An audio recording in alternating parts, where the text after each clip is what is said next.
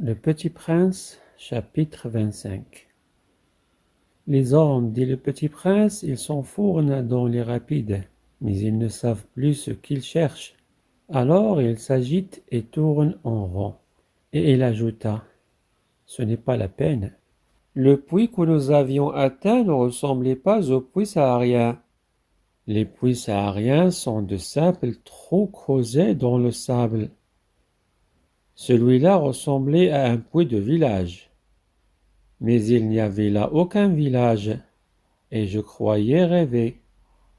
C'est étrange, dis-je au petit prince, tout est prêt, la poulie, le seau et la corde. Il toucha la corde, fit jouer la poulie, et la poulie gémit comme gémit une vieille girouette quand le vent a longtemps dormi. Tu entends, dit le petit prince, nous réveillons ce puits et il chante. Je ne voulais pas qu'il fît un effort. Laisse-moi faire, lui dis-je, c'est trop lourd pour toi. Lentement, je hissai le seau jusqu'à la margelle. Je l'y installai bien d'aplomb. Dans mes oreilles durait le chant de la poulie, et dans l'eau, qui tremblait encore, je voyais trembler le soleil. J'ai soif de cette eau-là, dit le petit prince. Donne-moi à boire. Et je compris ce qu'il avait cherché. Je soulevai le seau jusqu'à ses lèvres et elle but. Les yeux fermés, c'était doux comme une fête. Cette eau était bien autre chose qu'un aliment. Elle était née de la marche sous les étoiles, du chant de la poulie, de l'effort de mes bras. Elle était bonne pour le cœur, comme un cadeau. Lorsque j'étais petit garçon, la lumière de l'arbre de Noël, la musique de la messe de minuit, la douceur des sourires faisait ainsi tout le rayonnement du cadeau de Noël que je recevais. Les hommes de chez toi, dit le petit prince, cultivent 5000 roses dans un même jardin, et ils n'y trouvent pas ce qu'ils cherchent. Ils ne le trouvent pas, répondis-je, et cependant ce qu'ils cherchent pourrait être trouvé dans une seule rose ou un peu d'eau.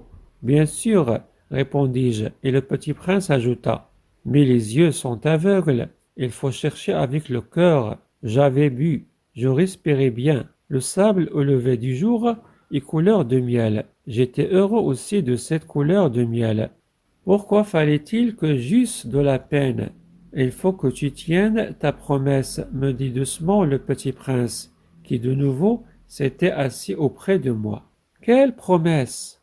Tu sais, une muselière pour mon mouton, je suis responsable de cette fleur. Je sortis de ma poche mes ébauches de dessin. Le petit prince les aperçut et dit en riant, « Tes baobabs, ils ressemblent un peu à des choux. » Oh, moi qui étais si fier des baobabs. Ton renard, ses oreilles, elles ressemblent un peu à des cornes et elles sont trop longues. Et il rit encore. Tu es injuste, petit bonhomme. Je ne savais rien dessiner que les bois fermés et les bois ouverts. Oh, ça ira, dit-il. Les enfants savent. Je crayonnai donc une muselière. J'eus le cœur serré en la lui donnant.